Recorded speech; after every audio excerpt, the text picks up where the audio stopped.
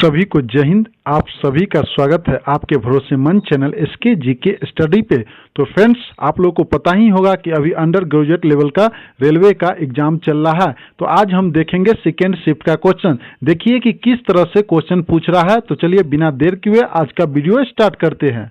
Man Booker पुरस्कार 2025 किसे मिला है? तो इसका राइट आंसर आपको देना था बानू मुश्ताक। ये जो प्रश्न है करेंट अफेयर का प्रश्न है। फ्रेंड्स, आप लोग को पता ही होगा कि हम यहाँ पे वीकली और मंथली करेंट अफेयर का वीडियो अपलोड करते हैं, जिसका प्लेलिस्ट अलग अलग बना हुआ है। उसी में से क्वेश्चन पूछा है। आप लोगों से निवेदन है कि आप लोग एक बार जरूर देखिए, ताकि को आने वाले एग्जाम में काफी फायदा मिलेगा। तो चलिए इस पर आधारित इंपोर्टेंट पॉइंट को देख लेते हैं। 2025 का मैन बुकर अंतर्राष्ट्रीय पुरस्कार बानू मुश्ताक को उनकी पुस्तक हार्ट लैम्प के लिए मिला है। किस पुस्तक के लिए? हार्ट लैम्प के लिए। काफी इंपोर्टेंट पॉइंट है नेक्स्ट एग्जाम के लिए, क्योंकि कुछ क्वेश्चंस रिपीट करता है और कुछ क्वेश्चंस पॉइंट में से पूछ देता है, इसलिए आने वाले एग्जाम के लिए काफी इंपोर्टेंट पॉइंट है। तो चलिए अगला प्रश्न देखते हैं।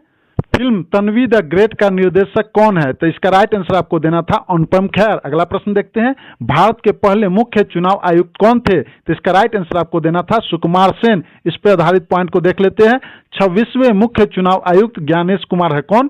26वें मुख्य चुनाव आयुक्त ज्ञानेश कुमार है। यह प्रश्न आज पूछा फर्स्ट शिफ्ट में, लेकिन यहाँ पे क्या पूछ रहा है? भारत के पहले मुख्य चुनाव आयुक्त कौन थे? तो इसका राइट आंसर होगा सुकुमार सेन। सभी पॉइंट आपके आने वाले एग्जाम के लिए काफी इंपोर्टेंट है। फ्रेंड्स, वीडियो पसंद आ रहा है तो प्लीज लाइक कर दे, कमेंट कर दे, और जो लोग चैनल पे नए हैं चैनल को सब्सक्राइब कर लीजिए, बेल आइकन घंटी ऑन कर लीजिए, ताकि वीडियो का नोटिफिकेशन सबसे पहले आप तक पहुंच सके। तो चलिए बिना देर किए अगला प्रश्न देखते हैं। पानीपत का तीसरा युद्ध कब हुआ था? तो इसका राइट आंसर आपको देना था 14 जनवरी 1761 को हुआ था। इस पर आधारित पॉइंट को देख लेते हैं। पानीपत का तीसरा युद्ध, कौन सा युद्ध? तीसरा युद्ध 14 जनवरी 1761 को अहमद शाह अबादली और मराठा सेना के बीच लड़ा गया था। इस युद्ध में अहमद शाह अबादली की जीत हुई थी। काफी इंपोर्टेंट पॉइंट है। तो चलिए अगला प्रश्न देखते हैं। उलगुलान विद्रोह को और किस नाम से जाना जाता है? तो इसका राइट आंसर आपको देना था मुंडा विद्रोह को उलगुलान विद्रोह कहते हैं। इस पर आधारित पॉइंट को देख लेते हैं। मुंडा विद्रोह, जिसे उलगुलान या महाउग्र के नाम से भी जाना जाता है, बिरसा मुंडा के नेतृत्व में 1899 और 1900 के बीच वर्तमान झारखंड के छोटा नागपुर पठार पर हुआ एक महत्वपूर्ण आदिवासी विद्रोह था। काफी इंपोर्टेंट पॉइंट है। तो चलिए अगला प्रश्न देखते हैं। जुगार नृत्य शैली का संबंध भारत के किस राज्य से है? तो इसका राइट आंसर आपको देना था झारखंड। एक नृत्य मुख्य रूप से झारखंड के आदिवासी समुदाय द्वारा किया जाता है। विशेष रूप से विवाह समारोह और अन्य उत्सवों के दौरान झारखंड में कई अन्य लोक आदिवासी नृत्य भी प्रचलित है, जैसे कि झूमर, पाइका और छाव। काफी इंपोर्टेंट पॉइंट है नेक्स्ट एग्जाम के लिए। तो चलिए अगला प्रश्न देखते हैं। भारत का पहला बायोस्फीयर रिजर्व कौन सा था? इसका राइट आंसर आपको देना था नीलगिरी बायोस्फीयर रिजर्व। आधारित पॉइंट को देख लेते हैं। भारत का पहला biosphere reserve Nilgiri biosphere reserve था। इसकी स्थापना 1986 में हुई थी। कब हुई थी? 1986 में हुई थी। काफी इंपोर्टेंट पॉइंट है। तो चलिए अगला प्रश्न देखते हैं। मानव विकास सूचकांक 2023 में कौन सा स्तर शामिल नहीं था? तो इसका राइट आंसर आपको देना था लिंगा अनुपात। मानव विकास सूचकांक 3 मुख्य आयामों पर आधारित है, स्वास्थ्य, शिक्षा और जीवन स्तर। समझो फ्रेंड्स, तो आपको राइट आंसर आपको देना था लिंगा अनुपात। काफी इंपोर्टेंट प्रश्न है। तो चलिए अगला प्रश्न देखते हैं। ह्यूमन डेवलपमेंट इंडेक्स 2025 में भारत का स्थान क्या था? यह भी प्रश्न करेंट अफेयर का है और यह मेरे वीडियो से डाला गया है, आप देख सकते हैं। समझो फ्रेंड्स, तो इसका राइट आंसर आपको देना था 130वां स्थान। इस पर आधारित पॉइंट को देख लेते हैं। संयुक्त राष्ट्र विकास कार्यक्रम द्वारा जारी 2025 की मानव विकास रिपोर्ट में भारत 130वें स्थान पर है। 2025 में भारत का HDI स्कोर 0.685 था। समझो फ्रेंड्स, काफी इंपोर्टेंट पॉइंट है। तो चलिए अगला प्रश्न देखते हैं। पंचवर्षीय योजना में कृषि को प्रमुखता दी गई थी। तो इसका राइट आंसर आपको देना था तीसरा पंचवर्षीय योजना। कब हुआ था? 1961 से 1966 के बीच। काफी इंपोर्टेंट प्रश्न है। चलिए अगला प्रश्न देखते हैं।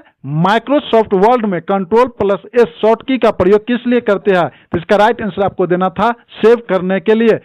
शॉर्टकट की से रिलेटेड पूरा वीडियो डाला हुआ, आप एक बार देखिए, आपको हर एग्जाम में काफी फायदा मिलेगा। तो चलिए अगला प्रश्न देखते हैं। की पहली पूर्ण लंबाई वाली फिल्म कौन सी थी? तो इसका राइट आंसर आपको देना था राजा हरिश्चंद्र। इस पर आधारित पॉइंट को देख लेते हैं। भारत की पहली पूर्ण लंबाई वाली फिल्म राजा हरिश्चंद्र था, जो 1913 में रिलीज हुई थी। कब रिलीज हुई थी? 1913 में। इसे दादा साहेब फाल्के द्वारा निर्देशित और निर्मित किया गया था। कौन किया था? दादा साहेब फाल्के। यह एक मुख्य फिल्म थी और इसे अक्सर भारतीय सिनेमा के इतिहास में एक महत्वपूर्ण मील का पत्थर माना जाता है। ये सभी पॉइंट आपके आने वाले एग्जाम के लिए काफी इंपोर्टेंट है। तो चलिए अगला प्रश्न देखते हैं। जनजातीय क्षेत्र के प्रशासन का उल्लेख किस अनुसूची में है? तो इसका राइट आंसर आपको देना था 5वीं अनुसूची। देखते हैं कि 6ठी अनुसूची में क्या है। 6ठी अनुसूची में विशेष रूप से असम, मेघालय, त्रिपुरा और मिजोरम राज्य है। समझो फ्रेंड्स, काफी इंपोर्टेंट पॉइंट है। तो चलिए अगला प्रश्न देखते हैं। 7वीं अनुसूची के अंतर्गत केंद्र सरकार को किस अनुसूची में कानून बनाने का अधिकार दिया गया है? तो इसका राइट आंसर आपको देना था 7वीं अनुसूची में केंद्र सरकार को संघ सूची में शामिल विषयों पर कानून बनाने का एक विशेष अधिकार दिया गया है। काफी इंपोर्टेंट पॉइंट है। तो चलिए अगला प्रश्न देखते हैं। बुकर पुरस्कार विजेता द हार्ट लैम्प का अंग्रेजी अनुवाद किसने किया था? तो इसका राइट आंसर आपको देना था दीपा भारती। काफी इंपोर्टेंट प्रश्न है नेक्स्ट एग्जाम के लिए, क्योंकि कई बार क्वेश्चन घुमा के पूछ रहा है इसमें से। समझो फ्रेंड्स, इसलिए सभी प्रश्न ध्यानपूर्वक पढ़ लीजिए। अगला प्रश्न देखते हैं। अगौड़ा किला जो पुर्तगालियों के समय बना था किस राज्य में स्थित है? तो इसका राइट आंसर आपको देना था भारत के गोवा राज्य में स्थित है। तो इसका राइट आंसर आपको देना था गोवा। यह किला 1612 में पुर्तगाली शासक द्वारा बनाया गया था। कब? 1612 में। तो चलिए अगला प्रश्न देखते हैं। पंबन बंदरगाह भारत के किस राज्य में स्थित है? तो इसका राइट आंसर आपको देना था तमिलनाडु। फ्रेंड्स, आज मुझे जितना प्रश्न मिला मैंने आपको एक एक करके अच्छे से समझा दिया।